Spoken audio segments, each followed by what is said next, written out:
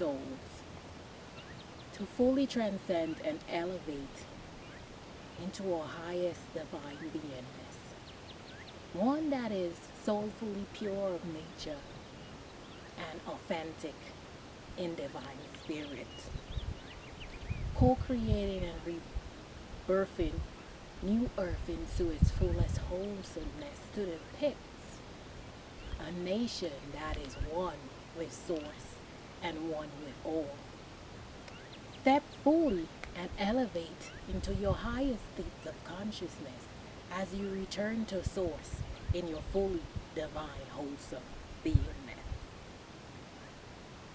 So as we tap fully into delving deeper into what does it mean to have divine authenticity, we will go forward and define these terms. Now, authenticity in a simpler form simply means the quality of being genuine, real, the highest and truest version of yourselves. Now, when we turn to the word divine, it simply means being of or from God, your supernatural beingness, which represents your highest form of excellence. So as we seek to fully understand this topic, we go forward and we see that we have been incarnated here as part of our Creator Source, which is who in fact decided to come forward in this human form to experience life. Now, we can see that this divine, authentic nature is being called forward as we accelerate into birthing and co-creating new earth. You see, we as humanity has gone forward and lowered its nature in this 3D realm into one that has not depicted true authenticity, true versions of what it means to be from source. And we could now see that we are being simply called back to showcase this nature, showcase this authentic nature, because as co-creators here on earth, in order to ascend and to elevate into our most divine beingness, we ought to embody this quality of authenticity, divine authenticity, that is. And as I seek to correlate this to, this plane of existence and this world, for you to fully be able to understand and conceptualize, this term of divine authenticity, I am now going to relate it to simple forms of, who we are as being parts of source. Now, many of us have heard this term of being parts of source, being parts of the creator, or quote unquote God, as many may seek to call the creator right now. But we can first relate it, to see that when we look at what we depict as, the source presence or dear sons, which in this version of our human nature pretty much gives us this state of pure consciousness while we're incarnated in this body. So the object of the sun, when we look at it from a scientific level, is oval in nature. Now, if you look at real pictures of the sun is more of a white luminous color. But in order for us to fully see somewhat of this, almost colorless object in space, of course, NASA and all the people who study our sun and outer space have, given it this color of yellow to fully illuminate its presence. And so we see this oval nature of embodying light. As we know, in our purest states of consciousness, we are in fact light. So, in order to fully explain this, you ought to see that this oval nature, this oneness principle, is in fact in a material form, in a material essence. Although, if you go forward into space, this light frequency is kind of sort of intangible, but all the gaseous matter coming together has formed this sort of, almost you may say, like this object that if you touch it, it will just be round in nature, it will be like a circle. So we see that source wanting this great presence of this light and love frequency, wanting to experience life here in this human form, and said, okay, I'm gonna co-create these human vessels. I'm gonna co-create these nature-like beings. I'm gonna co-create the trees, the elementals, to experience, what life is here in this human and earthly plane, should I say. And so decided to break up itself, its wholesome cells, into different images of itself, humans, of course, the plants kingdom, the animal kingdom, also the nature element. But what I'm trying to explain is that we are, in fact, this great presence that has divided itself, if you want to just see it as that, separated itself into so many different versions of itself. But it's one wholesome beingness is, of course, the most divine substance that we can, see here on earth from outer space. Now, if we are to relate it more to something, an object on earth, let's look at trees. Trees just all over our earth, sustaining us with life, being in this symbiotic relationship with us. Of course, when we release carbon dioxide, the trees take it in and is able to give us oxygen in return. So we, of course, see that these versions of ourselves, if you look at the tree has roots from the soil, coming up from the soil. Then, of course, it has the trunk. Then it has branches, which has, in fact, leaves. And, it may be a fruit, it may be a flowers. So the tree, in fact, is a wholesome presence. But if this tree maybe sheds a branch, sheds a leaf, sheds a fruit, sheds a flower, we see the separation of this. But of course, in its essence, it keeps on regenerating itself to show that, wow, it's all one. It's all part of co-creation. So there you are, in kind of sort of understanding what I mean when I say, we are part of source.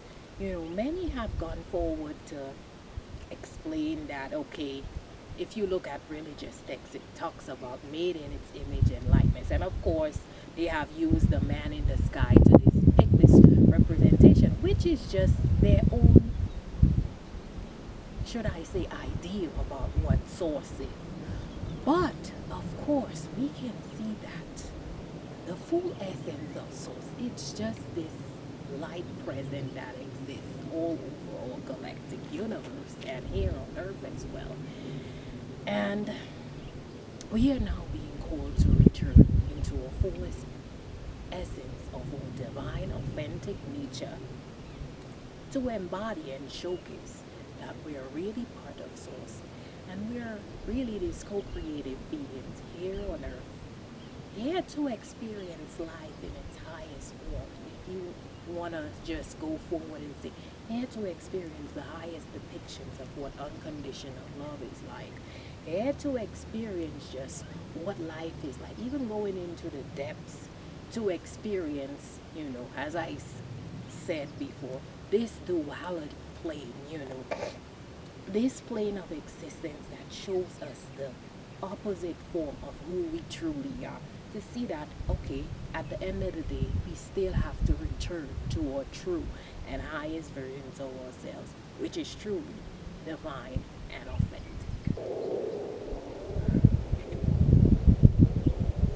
So, as we are all birthed here on earth, we see that as a baby, we are in our most purest, divine, authentic nature.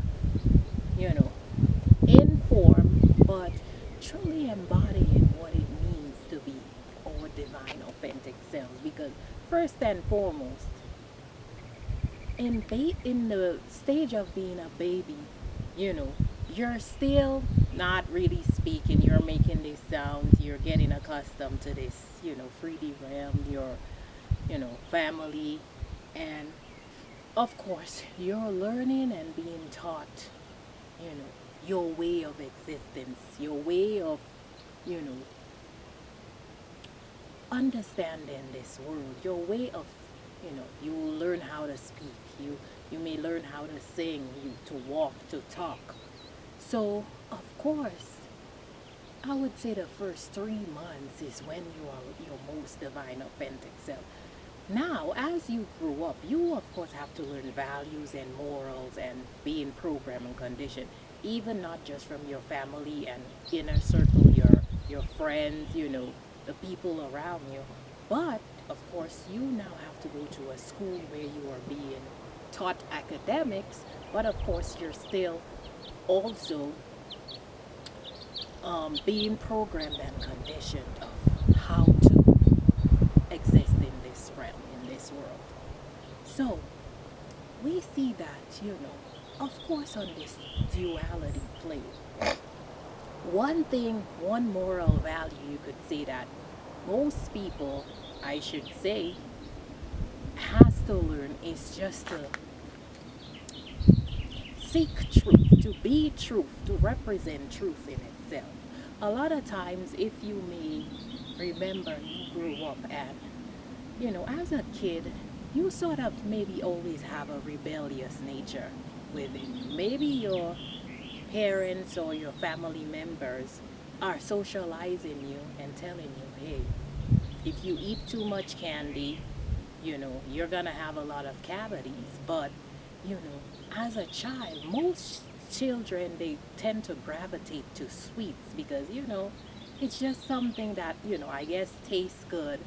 And maybe your parents might have maybe they might have a jar of candy in your home, and it may be somewhere in the kitchen or on the counter somewhere.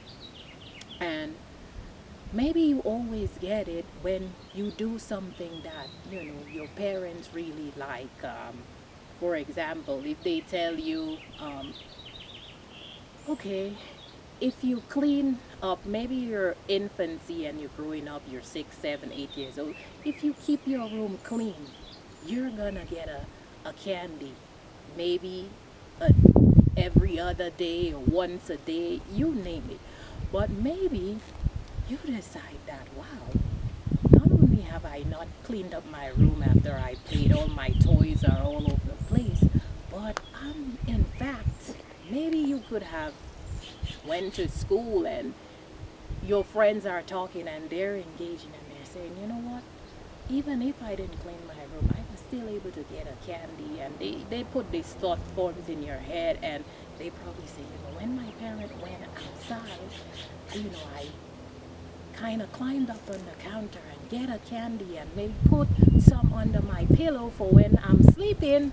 So, I could just enjoy my candy at night when I'm in bed. Now, of course, your parents, one day they notice that the candy is going down, and they know, based on how many candy they put in that jar, that there was way more candy. And of course, they came to you and they asked you, and you, in fact, you lied and you say you didn't know anything about that. And upon just maybe one day being in your room and maybe just tidying up, they lift up your pillow and they see a bunch of candy under your pillow. And of course, when you get home from school, they confront you and ask you about it.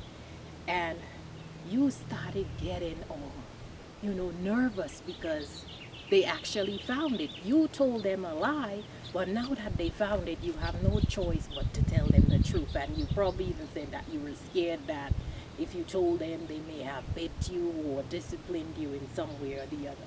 So there we see how the conditioning of society or others, you are here to be truthful and to be authentic and to be genuine, to be more like source, you God like present. But there you are being socialized and programmed and conditioned, and even in infancy as a child, you're seeing that you're developing these traits. Okay, don't lie, but of course you're lying. We could see many examples around us. Okay, there you are, you develop friendships with others. And of course, you know, you maybe have a genuine connection, Maybe you guys are from the same community. Maybe your upbringing is the same. Maybe, you didn't have a dad in your life, or maybe your family unit, you shared the same religion, you know, you had similar upbringings. Maybe your parents, they both had, the same amount of children, and as neighbors they hung out together.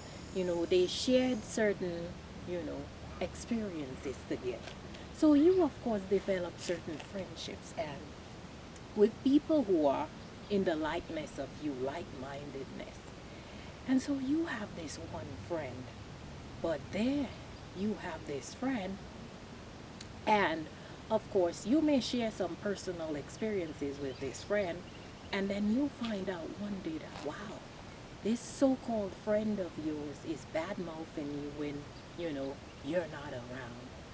Maybe you tell them something about how you maybe handled a relationship, and there they are, bad mouthing you, criticizing you, wishing ill will on you, laughing and joking around with another so-called friend of theirs. So the reason for going into in depth with this example is to show all around us we have different depictions where we have not been in our most divine, authentic nature, and we're being called back to embody this frequency, or this, you know, beingness of ourselves, which is in fact our true selves. We have seen, like, over the courses of time, or the eons of time in these planes of existence, that, the social conditioning, the social programming has just taken us down into the depths of inauthenticity or non-divine beingness. We see that right now in particular, as we continue to go forward into the direction of co-creating new earth, we see many who are so conditioned into the old way of being, the duality plane of existence, that sometimes they seek to manipulate and coerce others into their lifestyle, you know, and their way of living their life's experiences. Okay, I'll take this simple example. You could be someone who, if we look at the state of the world, many people enjoy alcohol. You know, alcohol is used as a form of celebration, parties, you name it, or just socially, many people like drinking. But many people think that a lot of time, let's say you go to a party or a bar, somewhat the alcohol brings out a certain nature of yourselves. You get drunk, you get tipsy, and many may feel like, oh, they have a buzz, and this experience makes them like more fun, or another way to relate to others.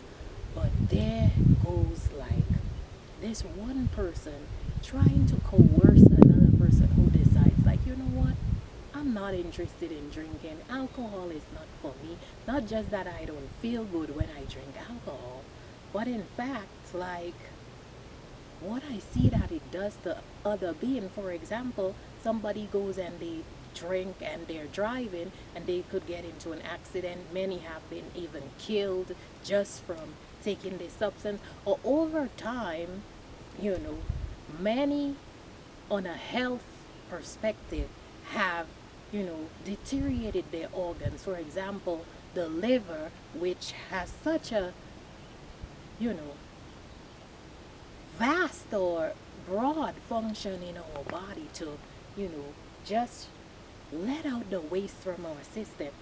It could, over time deteriorate your liver, and there you are without a liver. Your lifespan has cut short. You may die at a much younger age from deciding to drink so much. So the point here is to show you is that we ought to realize that we need to stop being in this nature of trying to coerce others to be just like them. Many people have different traits, but it's now time that we learn to respect each other's decision. If you want to go on a certain path and others are not particularly interested in that path, let them be. Let them experience the way that they truly want to experience their life here on earth. Stop gaslighting and manipulating others, tricking them into doing certain things or being a certain way, or just following the crowd. I always like to say, like, okay, you're not gonna fit in if you don't do exactly what we do or live exactly the way we choose to live. So it's now a time where we're being asked to return to the most purest version of ourselves, our divine, authentic nature, and stop trying to bombard each other's with our way of life. We all have different belief systems, which, regardless of our differences, we can all come to a common ground. So we are truly being called to just step fully in our most authentic divine nature. Because in order to accelerate and to truly co-create what we're all intended to do here on earth, experience life, even experience this duality plane. But at the end of the day, we are being asked to return to our highest and best versions of ourselves, to step forward truly into your most divine, authentic nature, which, as I said, is just simply embodying these versions of yourselves, which is wholesomely like source. Which, of course, we are now seeing that, wow, the inauthenticity has caused way too much damage on this earth. And so we are being pulled back to just even within ourselves, when we're not being true to ourselves, when we're making certain decisions, when we're living a certain way, when, we're not in our most highest frequency and versions of ourselves, we're being asked to step fully into what is this most beautiful presence here as being authentic, the highest frequency that someone could embody. So, understand that here, we are all at a certain stage in our lives, but it's never too late to tap into this divine, authentic nature. Each day you get a chance to expand on yourself, to return into a state of great excellence or your truest and best self. You always get a chance to, as I keep saying, be rebirthed into this lifestyle. The decisions, the choices, the practices, the experiences that you decide to move forward into. So don't say that it's too late. Okay, I've lived this certain lifestyle, I've done so much, I don't think that I could go ahead and be what is called divinely authentic. No. This is now your chance to make that conscious decision to tell yourself, wow, I get a chance to do it all over again, like that caterpillar turning into a butterfly, learning those divine lessons here on earth and getting a chance to see, no, this is not what I should continue to be. I need to continue to want to be the best version and highest version of myself. So let me make decisions and choices that are going to embody and depict that. So remember, as we continue to build and co-create this new earth, we're birthing for a more divine, authentic nature.